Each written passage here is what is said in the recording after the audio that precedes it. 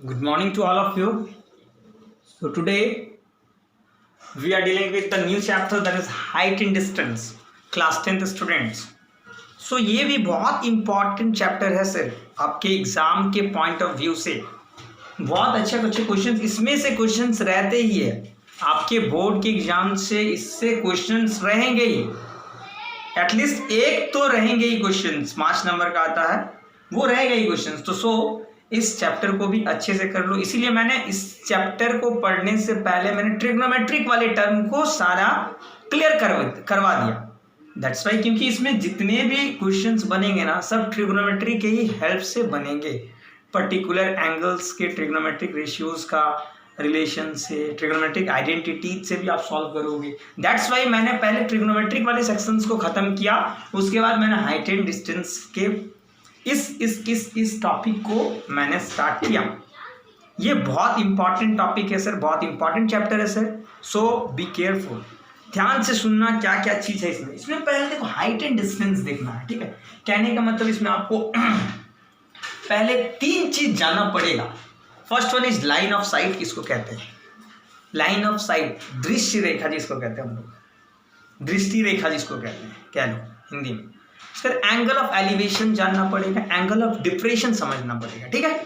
ये 3 चीज अगर आपको आइडिया आ गया, 3 चीज अगर आप बेटर तरीके से जान गए, देन इस चैप्टर हलवा है, ठीक है। तो first of all we are dealing with the first sentence. ये आपका लाइन ऑफ साइट क्या होता है? लाइन ऑफ साइट होता क्या है सर? ये पहला चीज, लाइन ऑफ साइट क्या होता है ये देखते हैं। Second one is angle of elevation sir. Angle of elevation है क्या ये जानते हैं, चलो। And the last and the third one is angle of depression. Angle of what sir? Depression. ये क्या है इसको भी समझेंगे। ये 3 चीज में अगर आपको पकड़ है, अगर आप इन 3 चीज को समझ लेते हो ढंग से, तो आपको हाइट एंड डिस्टेंस में प्रॉब्लम नहीं होगा। इसको यूज करना सीखना। देखो लाइन ऑफ साइट होता क्या है? सबसे पहले बात, लाइन ऑफ साइट है क्या सर? लाइन ऑफ साइट है क्या सर? लाइन ऑफ साइट है, देखो कोई भी चीज का मेजरमेंट याद रखना, दुनिया में कोई भी चीज का मेजरमेंट अगर आप करोगे ना तो किसी रेफरेंस के रिस्पेक्ट में होता। मतलब कोई भी पॉइंट के या कोई भी सरफेस के या कोई स्पेस या कोई भी, कहने का मतलब कोई ओरिजिन कह लो या कोई भी पॉइंट के, मतलब किसी रिस्पेक्ट से लेते हैं हम लोग, किसी के रिस्पेक्ट में मेजर करते हैं। अदरवाइज तुम स्पेस में कहाँ कैसे मेजर करोगे? कोई भी किसी को एक रिस्पेक्ट मानोगे तब ना, इसके रिस्पेक्ट में इतना डिग्री, इस लाइन की, इस हॉरिजॉन्टल लाइन के रिस्पेक्ट में, वर्टिकल लाइन के रिस्पेक्ट में। कहने का मतलब कोई भी चीज का अगर मेजरमेंट करोगे ना तो किसी एक पर्टिकुलर टर्म के रेस्पेक्ट में किया जाता है, जिसको हम लोग रेफरेंस कहते हैं, ठीक है। तो सबसे पहले जान लो line of action, line of sight होता क्या? सपोज दैट सर यहाँ पर एक पॉइंट है, कह लो ये पॉइंट है मेरे पास P, इस सिस्टम में एक पॉइंट P दिया हुआ, ठीक है। तो P दिया हुआ तो ये आपका हो गया हॉरिजॉन्टल लाइन, ये आपका हो जाएगा वर्टिकल लाइन। क्या जी? ये वर्टिकल लाइन हो जाएगा, ये आपका हॉरिजॉन्टल हो गया सीधा वाला, ये जो है आपका ये वर्टिकल लाइन हो गया। सपोज दैट इस पॉइंट P से इस पॉइंट P पे मैं खड़ा हूं, सपोज दैट कोई भी लड़का खड़ा है, सपोज दैट राम खड़ा है, ठीक है, खड़ा। तो ये वाला लाइन इसके लिए हो जाएगा हॉरिजॉन्टल लाइन, ये तो हॉरिजॉन्टल लाइन हो गया, ये हो गया आपका हॉरिजॉन्टल लाइन। ये आपका हो गया आपका वर्टिकल वन, ये आपका हो गया वर्टिकल लाइन। और सपोज दैट पॉइंट इस स्पेस में कहीं भी हो, चलो एक पॉइंट यहां पर है या यहां लो, कहीं भी लो, सपोज दैट ये पॉइंट, चलो सपोज दैट P डैश है।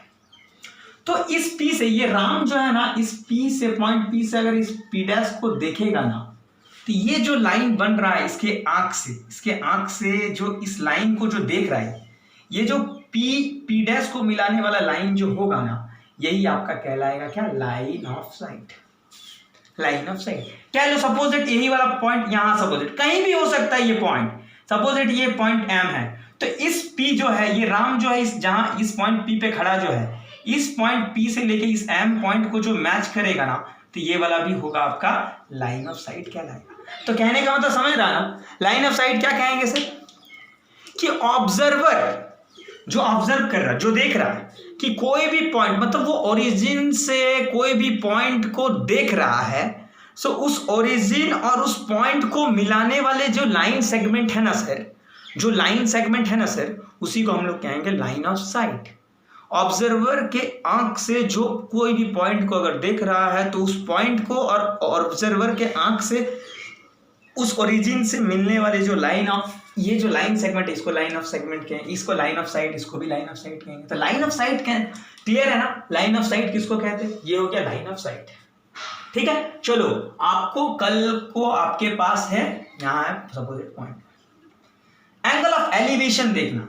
सपोज किसी के रेफरेंस में लेंगे, याद रखना यहाँ पर ये है रेफरेंस पॉइंट, ये पॉइंट पी को हम लोग कहेंगे रेफरेंस, कह लो रेफरेंस पॉइंट। किसी के रेस्पेक्ट में ही होता है हमेशा बात, याद रखना। आपका भी पहचान जो है ना आपके पिताजी के नाम से ही है, तो किसी के रेफरेंस में ही है ना, तो किसी के रेस्पेक्ट में लेंगे, समझ लेना। इसको हम लोग ओरिजिन भी कह सकते हो। एंगल ऑफ एलिवेशन किसको कहते हैं सर, एंगल ऑफ एलिवेशन किसको कहते हैं, देख लो एंगल ऑफ एलिवेशन किसको कहते हैं, एंगल ऑफ एलिवेशन किसको कहते हैं। सपोज दैट ये है मेरा पॉइंट ओरिजिन ओ, तो ये मेरा है हॉरिजॉन्टल लाइन, ये सीधा वाला जो होगा ये तो हॉरिजॉन्टल लाइन, जो मैं देखूंगा ऐसे ऐसे सीधा देखूंगा तो ये मेरा हॉरिजॉन्टल लाइन, वर्टिकल देखो तो ये वर्टिकल लाइन, क्या जी। अब यहाँ पर अगर कोई भी लाइन, तो ये भी लाइन ऑफ साइट कहला सकता है। यहाँ पर अगर कोई पॉइंट है, यहाँ पर अगर देखेंगे हम लोग, ऑब्जर्वर यहाँ पर रखा हुआ इस पॉइंट को देखेगा तो ये भी लाइन ऑफ साइट कह सकते हैं हम लोग, यही रेफरेंस हो जाएगा। उस केस में हॉरिजॉन्टल लाइन और लाइन ऑफ साइट्स के बीच एंगल 0 डिग्री होगा। छोड़ो वो सब, उतना लंबा नहीं जाना होगा। देखो ये पॉइंट ओरिजिन ओ है, ये मेरे को क्या है, हॉरिजॉन्टल लाइन है। सपोज दैट यहां पर कोई पतंग उड़ रही है, यहां पर ऊपर में ये एक काइट उड़ रही है सपोज, तो यहां पर जो आदमी खड़ा है ना इस ओरिजिन पे, इस पतंग को जो देखेगा ना यहाँ पर इस पॉइंट पी पे जो उड़ रहा है, ठीक है, तो ये तो हो गया इसका लाइन ऑफ साइट, ये तो हो गया लाइन ऑफ साइट से कि ओरिजिन से ऑब्जर्वर जो है कोई भी पॉइंट को अगर देखेगा तो उस पॉइंट को ओरिजिन वाले पॉइंट से अगर मिला दोगे ना तो वही वाला लाइन सेगमेंट मेरा लाइन ऑफ साइट कहलाता है। और एंगल ऑफ एलिवेशन है क्या, तो यही लाइन ऑफ साइट तुम्हारा हॉरिजॉन्टल लाइन के साथ कितने एंगल बना रहा है। तो the angle between the horizontal line and the line of sight is known as angle of elevation, that is theta कह लो, फाई कह लो, गामा कह लो, जीगा कह लो, कुछ भी कह लो, ये सब नोटेशन है सर एंगल का। That particular angle is known as angle of elevation. कहने का मतलब हॉरिजॉन्टल लाइन से ऊपर की ओर अगर देखोगे ना तो जो हॉरिजॉन्टल लाइन और लाइन ऑफ साइट्स के बीच जो एंगल बन रहा ना यही कहलाएगा मेरा क्या सर, एंगल ऑफ एलिवेशन। क्या आपको समझ में आया बात, क्या आपको समझ में आ रहा। चलो यहाँ पर एक आंख बना दे रहा, आंख ये देखो, ये देखो, ये ठीक है, ये ऊपर की ओर देख, ऊपर की ओर, ठीक है ना, ठीक है ना, ये ऊपर की ओर जो देख रहा है, आई ह्यूमन आई सपोज, तो ये हॉरिजॉन्टल से ऊपर की ओर जो देख रहा है, ये हॉरिजॉन्टल और लाइन ऑफ साइड्स के बीच जो एंगल बन रहा है इसी को हम लोग कहेंगे एंगल ऑफ एलिवेशन। चलो कल को अगर यही पॉइंट ओरिजिन ओ है, ये मेरा हॉरिजॉन्टल लाइन है, हॉरिजॉन्टल लाइन है, कल को मेरे को यहाँ पर वाटर है सपोज दैट, तो इस काइट जो है यहाँ पर तो इसका शैडो बनेगा ना, इसका शैडो तो बनेगा ना, शैडो जो बनेगा ना, तो यहाँ से जो देखोगे ना तो ये मेरा लाइन ऑफ साइट हो जाएगा। अब ये पॉइंट एम मान लेते हैं, तो ये देखो हॉरिजॉन्टल लाइन और लाइन ऑफ साइड्स के बीच अब यहाँ पर जो एंगल होगा ना इसी को हम लोग कहेंगे क्या, एंगल ऑफ डिप्रेशन। कहने का मतलब क्या, हॉरिजॉन्टल लाइन से अगर ऊपर की ओर देखेंगे तो जो लाइन ऑफ साइट और हॉरिजॉन्टल के साथ अगर जो एंगल बनेगा वही होगा एंगल ऑफ एलिवेशन। एलिवेशन मतलब ऊपर की ओर देखेंगे, और हॉरिजॉन्टल लाइन से बिलो अगर बात करोगे, हॉरिजॉन्टल लाइन से नीचे अगर देखोगे तो उस केस में हॉरिजॉन्टल लाइन और लाइन ऑफ साइड्स के बीच जो एंगल बनेगा वो एंगल ऑफ डिप्रेशन कहलाएगा। क्या आपको क्लियर हो गया ना। तो line of site clear, angle of elevation समझ में आ गया, ये थोड़ा जिस लग रहा है इसको मिटा दिया जाए, ठीक है। एंगल ऑफ एलिवेशन समझ में आ गया, एंगल ऑफ डिप्रेशन आपको समझ में आ गया। तो यही तीन बेसिक चीज काम करेगा, मेन इंपॉर्टेंट काम है इसका, ये दोनों, ये तो बेसिक टर्म है, इसके रिस्पेक्ट में मैंने ले रहा हूं, ठीक है। उन दोनों के बीच लाइन ऑफ साइट और इसकी हॉरिजॉन्टल के बीच जो एंगल है उसे, that's why line of site मैंने समझाया कि लाइन ऑफ साइट समझ लो। तो ये तीन चीज अगर आ गया ना आपको समझ में तो सर चुटकी में हाइट एंड डिस्टेंस क्लियर है ना, क्लियर है ना सर। तो please take a clear screenshot of this page, ले लो स्क्रीनशॉट ले लो, फिर मैं एक एग्जांपल लूंगा ना तो आपको और ज्यादा क्लियर हो जाएगा। और ज़्यादा क्लियर हो जाएगा सर, ठीक है। ले लिया ना, चलो मैं रफ करता हूँ, आपको और क्लियर हो जाएगा। एक प्रॉब्लम मैं बताता हूँ ना, और क्लियर हो जाएगा सर, आपको और क्लियर हो जाएगा। चलो बहुत बढ़िया, बहुत अच्छे, देख लो देख लो देख लो, एक क्वेश्चन करवा देता हूँ ना आपको, और भी नए नए प्रॉब्लम करूँगा, ठीक है। तो देखो, एक है RS अग्रवाल का, RS अग्रवाल का एग्जाम्पल नंबर 1। ये कह रहा सर, एग्जाम्पल नंबर ये कह रहा है आपको एग्जाम्पल नंबर ये कह रहा है, ए वर्टिकल पोल स्टैंड, क्या है देखिए क्वेश्चन लिखा हुआ, ए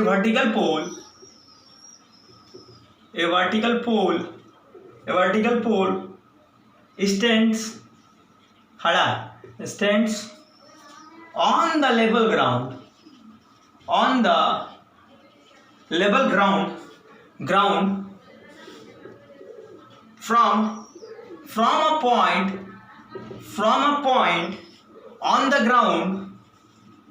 from a point on the ground 25 meter away from the foot of the pole, the angle of elevation, देखो आ गया ना, एलिवेशन कह रहा मतलब कैसे ऊपर देखेंगे, the angle of elevation of its top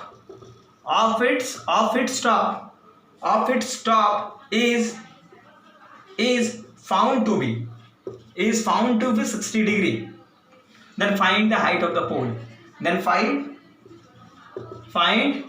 height of the pole. चलो सर, कुछ नहीं करना है, चलो देख लो क्या बोल रहा क्वेश्चन याद रखना। हाइट एंड डिस्टेंस एक ऐसा चैप्टर है सर, बहुत इजी है। क्वेश्चन को पढ़ के फिगर आउट अगर कर लिए क्वेश्चंस को, देन चुटकी में हाइट एंड डिस्टेंस का क्वेश्चन बनेगा 100% करेक्ट। देखो क्वेश्चन ये कह रहा है, a vertical pole stands on the level ground, a vertical pole, देखो सर क्वेश्चंस को आसानी से पढ़ना, एकदम समझना। A vertical pole stands on the level ground, कहने का मतलब एक ग्राउंड पे एक वर्टिकल पोल, ये ग्राउंड है, एक वर्टिकल पोल खड़ा है, ये है मेरा pole, suppose that OA is your pole, ये है मेरा ग्राउंड, समझना बात को, ठीक है। Level ground, from a point on the ground से एक पॉइंट पे 25 metre away from the foot, हाँ पोल का फुट से 25 मीटर दूर, कहने का मतलब ये 25 मीटर दूर 25 metre away from the foot of the pole, the angle of elevation 25 metre दूर, देखो the angle of elevation of its top is found to be 60 degree, find the height of the pole. कहने का मतलब एक vertical पोल खड़ा है ground में से, उस पोल का फुट से, कहने का मतलब उसके नीचे वाले ग्राउंड लेवल से 25 मीटर दूर एंगल ऑफ एलिवेशन दे दिया उसका टॉप का, पोल का, दैट इज 60 डिग्री, ये बता दिया गया कितना है 60 डिग्री। देन फाइंड करने बोल रहा, what is the height of the pole, इस पोल का हाइट क्या है सर, चलो बात करते हैं ना, एक डायग्राम बना दे, it is right angle to angle, याद रखना। देखो तो यहां पर क्या लिखने का तरीका देखो, late h be the height of the pole OA, चलो नाम दे देते हैं, ठीक है ना। देन इन ट्रायंगल AOB मान लेते, AOB क्या हो जाएगा, देखो मेरे को हाइट चाहिए, देखो बेस दिया हुआ, एंगल भी दिया हुआ, तो परपेंडिकुलर, थीटा के सामने वाला साइड्स परपेंडिकुलर, याद है ना ट्रिगोनोमेट्री में मैंने बताया है। तो परपेंडिकुलर और बेस का रिलेशन कौन देता है, tan थीटा देता है अपन को। तो देन क्या हो जाएगा, tan थीटा तो है 60 degree, tan 60 is equal to क्या होगा sir, perpendicular upon base. Perpendicular है क्या सर, AO है, बेस है क्या सर, BO है। तो AO है क्या अपन को, मैंने तो लेट कर रखा हाइट H, और BO है क्या, ये तो गिवन है डेटा में 25 मीटर, और tan 60 का वैल्यू कितना होता है, √3 होगा ना, इधर H/25, इसके नीचे कुछ नहीं 1, इसके नीचे कुछ नहीं, 1 क्रॉस मल्टीप्लीकेशन कर ले, आंसर है, देख लो 25 into √3 is equal to h into 1 h। ये अगर इंटू करोगे ना 25 इंटू 1.732 √3 का value, then height of the tower निकल जाएगा आपके पास। सो हाइट जो होगा ना, इसको प्रोडक्ट कर लेगा ना सर, प्रोडक्ट कर लोगे ना तो आपके पास आंसर आ जाएगा 43.3। प्रोडक्ट कर लोगे ना 43.3 इज योर आंसर। ये आपका क्या निकल जाएगा, h, that is your answer. ये h है क्या, ये है आपका हाइट ऑफ द पोल। ये है क्या सर, ये उस पोल का उस वर्टिकल पोल का हाइट है, समझे। तो कैसे मैंने फाइंड आउट किया, देख लो।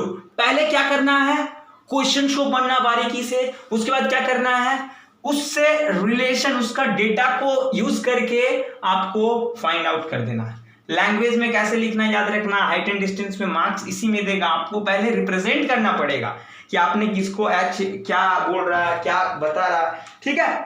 तो that is your final answer, okay.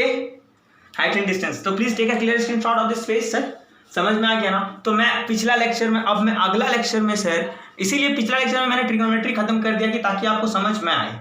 ये कौन सा सेक्शन के यूज हुआ, trigonometric ratios of a particular angles, some particular angles जो बताए थे ना, ट्रिक्स भी बताए थे। चलो, तो आपको समझ में आ गया ना। तो अब अगला लेक्चर में बनाऊंगा हाइट एंड डिस्टेंस का बहुत अच्छा क्वेश्चंस, नए टाइप के क्वेश्चंस जिसमें प्रॉब्लम होता है सबको, वो सब क्लियर कराऊंगा सर। तो thanks for watching my video को लाइक करते रहो, शेयर करते रहो। कहीं भी दिक्कत हो, डाउट हो, कमेंट सेक्शन में कमेंट करना मेरे को। Thanks a lot sir, video को सब्सक्राइब करना ना भूले। Thank you.